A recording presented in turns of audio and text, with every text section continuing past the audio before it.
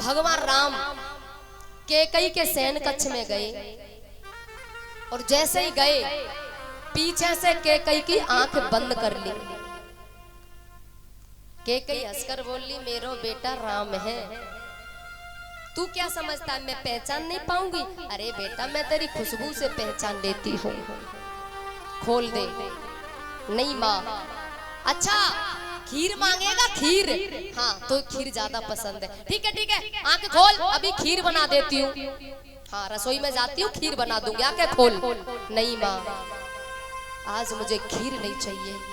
तो बोल क्या चाहिए तुझे? माँ वचन दे मुझे, मैं मांगूंगा तू मुझे देगी। अरे बेटा राम ऐसी बात करता है, तू माँ से विश्वास नहीं है, तू वचन ले रहा है। नहीं नहीं विश्वास तो है माँ, पर मुझे वचन दे, शायद तू इस बात से लौट जाए। ये कैकई तेरी माँ लौटेगी? अरे बेटा तेरी माँ कौशल्या बात पलट सकती है, लेकिन राम के लिए कैकई जान दे सकती है। तू बात की बात कर रहा है, बात पलट दूंगी। चल कोई बात नहीं है, तेरी खुशी है तो मैं वचन देती हूँ, जो मेरा राम मांगेगा मैं वो दूंगी। ठीक, अब आंखें खोल दे। राम जी ने आंखें खोल दी। कैकई बोली, बोल मांग। बस इतना कहा, मांग बोल। भगवान राम रो पड़े और महाराज माँ के चरणों को आंसुओं से धो दिया। कैकई बोली, तू रो क्यों रहा है? तुझे पता है कि तेरी माँ कैकई को तेरा रोना अच्छा नहीं लगता। गलती है गई कोई? नाना माँ गलती नहीं है तेरी। तेरी क्या गलती हो सकती है? तो बोल बेटा रो क्यों रहा है? हाथ जोड़कर राम जी बोले, माँ तू वचन दे चुकी है ना, वचन पूरा करेगी ना? देख बेटा जलेबी की तरह मत घुमा, तू सीधे सीधे पॉइंट पे आ, तुझे चाहिए क्या? तब हाथ जोड़कर भगवान राम रो कर के बोले, माँ यहाँ से आगे पिताजी मेरो राज तिलक करेंगे माँ, लेकिन तुझसे इस राम की हाथ जोड़ के प्रार्थना है माँ, तू राज तिलक होने मत देना और मुझे 14 वर्ष का वनवास दे देना। इतने शब्द सुने कैकई गिर पड़ी और कैकई मूर्छित हो गई। और राम जी पानी के छींटे दे रहे, माँ माँ, अरे माँ जाग, क्या हो गया माँ? बहुत देर हो गई। कैकई की आंखें खुली और रोकर बोली, तुझसे लगाव करने का मतलब यही मुझे सब मिलेगा? अरे राम अगर तुझे यही करवाना था तो मैं तो तुझसे बचपन से ही कुछ लगाव नहीं करती। तुझे पता है मैं तुझसे कितना प्रेम करती हूँ। 14 मिनट नहीं रह सकती, तू 14 साल की बात कर रहा है। माँ मैं जानता हूँ माँ, लेकिन माँ तूने ये मेरा काम कर दिया तो ये राम तेरा हमेशा के लिए ऋणी हो जाएगा माँ। कैकई बोली, बेटा ये काम तू कौशल्या से करवा ले तो कौशल्या भी तो कर सकती है ना? नहीं माँ, वो माँ तो ऐसी है, अगर उसे पता चल गया तो वो तो बेहोश हो जाएगी। वो माँ ऐसी है, लेकिन हाँ तुझ पे भरोसा और विश्वास है माँ। इस धरती की पीठ पे कोई ऐसा नहीं है जो इस काम को कर सके, लेकिन तू कर सकती है। क्यों? क्योंकि है माँ जो रण में मेरे पिता को विजय दिला सकती है। रथ के पहिया में से धुरी निकल जाए, अपनी उंगली लगाकर मेरे पिता को रण में विजय दिला सकती है, तो मुझे पूरा भरोसा है तू इस काम को कर सकती है। वचन दिया है माँ, और मुझे पता है ये दुनिया के लोग कितनी गाली देंगे तुझसे, जानता हूँ। और कोई व्यक्ति अपनी बेटी का नाम भी कैकई नहीं रखेगा, मुझे पता है माँ, लेकिन माँ तूने मेरा काम कर दिया तो ये राम तो तेरा हमेशा के लिए रेडी हो जाएगा माँ। ठीक है बेटा, दिल पे पत्थर रख लिया, कह दिया ठीक है समय पे तेरा काम हो जाएगा, वनवास नहीं होगा, हाँ वनवास हो जाएगा, राज तिलक नहीं होगा, और मैं उस समय दिल पे पत्थर रख लूंगी, तू चिंता मत कर, तेरा काम हो जाएगा। राम जी बोले माँ ये बात मेरे और तेरे बीच में रहनी चाहिए, तीसरे के बीच पहुंच नहीं जाए, ठीक है चिंता मत कर, हो जाएगा काम। श्री सुखदेव जी कहने लगे राजन थोड़ा समय बीता, इधर क्या होता है कि गाधी तने मन चिंता व्यापी,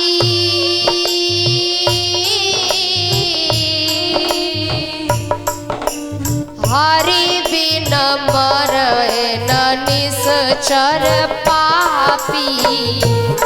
सिया राम जय जय राम, राम सिया राम जय जय राम।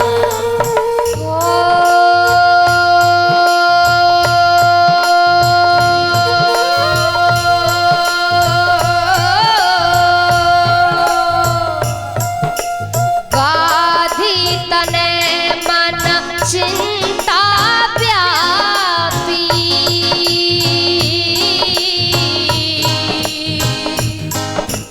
हरि बिन मरै न निश्चर पापी। सिया राम जय जय राम, राम सिया राम जय जय राम। गाधी के पुत्र विश्वामित्र, इन्हें चिंता हुई बिना हरि के ये निशाचर नहीं मर सकते, क्योंकि ये यज्ञ करते हैं ना भैया, तो सुबाहु मारीच यज्ञ को विध्वंस कर देते हैं।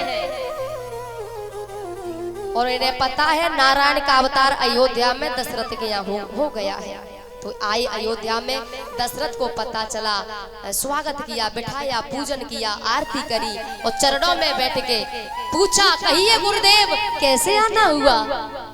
दास के तो बात खुल गई, भगवान कैसे आना हुआ बोलो। राजन हाँ आदेश करो। राजन असुर समूह सतावह मोही, मैं जाचन आयो नृपतोही। राक्षसों ने बहुत सताया है, आज मैं परीक्षा लेने आया हूँ तुम्हारी। दशरथ ने धनुष बाण ले लिए, आदेश करो मैं चलूंगा साथ, कौन से असुर है कहाँ पर है मुझे बताओ गुरुदेव। धनुष बाण लेके तैयार हो गए दशरथ महाराज। विश्वामित्र बोले नहीं नहीं रखो रखो, ये तुम्हारी जरूरत नहीं है। तो विश्वामित्र ने कहा राजन अनुज समेत देव रघुनाथ, आपकी जरूरत नहीं, मुझे राम और लखन को दे दो। और भैया जैसे ही कहीं राम लखन को दे दो, चरणों में गिर पड़े और गिड़गिड़ाने लगे राम को। और गुरुदेव तुमने तो ऐसे बोल दिया अनजाने, जैसे कोई कुछ जानते ही नहीं हो। आपको तो पता है गुरुदेव, चौथे पन पायो सोतचारी, विप्र वचन नहीं कहेहु बिचारी। थोड़ा सोच तो लेते, जिस बाप ने चौथी अवस्था में पुत्रों का मुंह देखा हो वो कैसे दे सकता है। और राम की कह रहे हो गुरुदेव, प्राणों की आवश्यकता हो एक निमिष में दे दूंगा, लेकिन राम को देने वाला नहीं हो। सब सुत प्रिय मोय प्राण की नाई, राम देत नहीं बने गोसाई। में राम को नहीं दे सकता, क्षमा करो। वैसे एक विचार करो भैया, अयोध्या में संतों की बात मानी जाती है। संत अगर ये कहते कि प्राण चाहिए तो अयोध्या में देने के लिए तैयार हो जाते हैं लोग, तो दशरथ राम को नहीं दे सकते। दे सकते हैं, क्यों नहीं दे रहे हैं? क्योंकि कारण है, दशरथ के यहाँ राम धरोवर है, धरोवर। और भैया आपके पास कोई आ जाए और तुमसे कोई चीज मांगे, तुम्हारी होगी तुम दे देंगे, लेकिन कोई और की रखी होगी तो तुम कहा कहोगे देखो भैया हमारी होती हम दे देते, लेकिन कोई और की धरोवर रखी है तो कैसे दे दे? तो राम धरोवर है, इसलिए मना कर रहे हैं। जब देवासुर संग्राम हुआ था, ऊपर से दशरथ को ढकेल दिया गया और असहाय रूप में थे।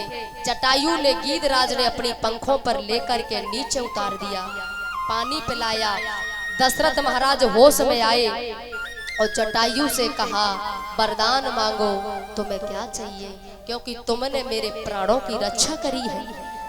गीधराज ने कहा हे राजन, देना चाहते हो तो आपका जो बड़ा पुत्र हो, बड़ा बेटा, उसे मुझे दे देना। उस समय राम जी का जन्म भी नहीं हुआ था और उससे पहले ही मांग लिया था।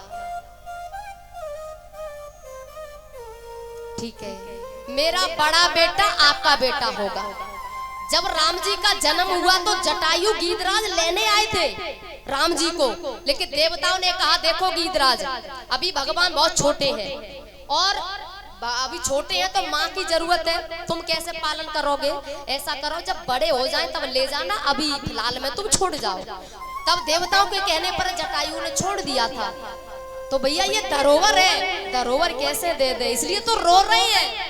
राघव को मैं न दूंगा, मुनिराज मरते मरते, राघव को मैं न दूंगा, रावण को मैं न दूंगा, मुनिराज मरते, ओ मुनिराज मरते मरते मेरे प्राण ना रहेंगे, मेरे प्राण ना रहेंगे।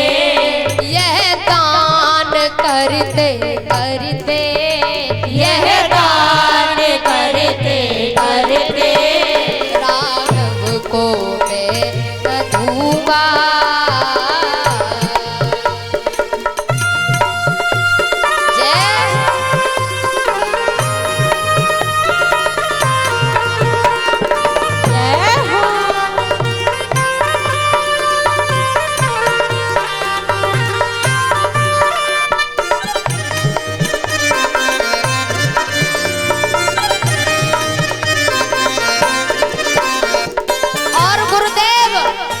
मछली बिना पानी के जिंदा रह सकती है, लेकिन दशरथ बिना राम के जिंदा रह नहीं सकेगा। चल के बिना कदाचित मछली शरीर धारे, मछली शरीर धारे, मछली शरीर धारे। चल के मछली शरीर धारे, मछली शरीर धारे, पर मैं ना जी सकूंगा इनके बिना निहारे।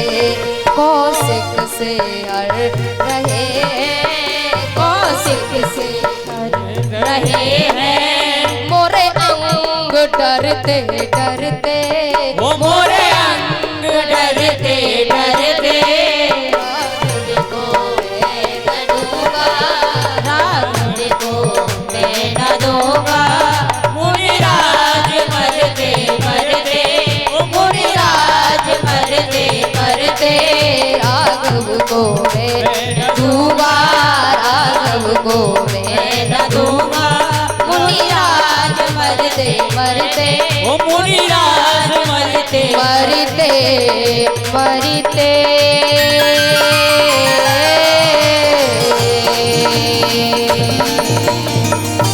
प्लीज संत समाज की जय जय श्री राधेश्याम।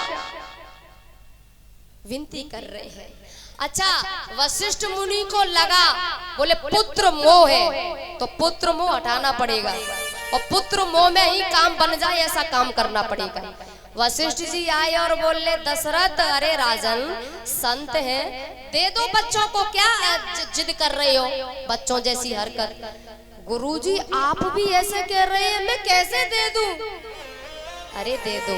अच्छा राजन एक बात बताओ, बच्चों की शादी वादी करनी है क्या? नहीं। हाँ शादी तो करनी है, क्यों नहीं करनी, जरूर करनी है।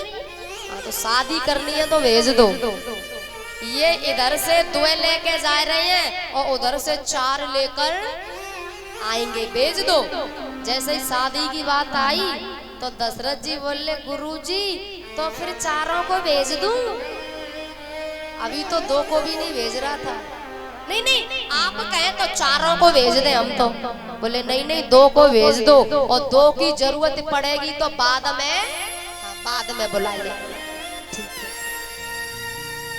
चले हैं भगवान। चले जात मुन दीन दिखाई, सुने ताड़िका क्रोध कर धाई। ताड़िका आई सामने, भगवान राम बोले गुरुदेव यदि आपकी आज्ञा हो तो इसे समाप्त कर दूं। विश्वामित्र बोले और बेटा तुम्हें लाया ही क्यों हो, और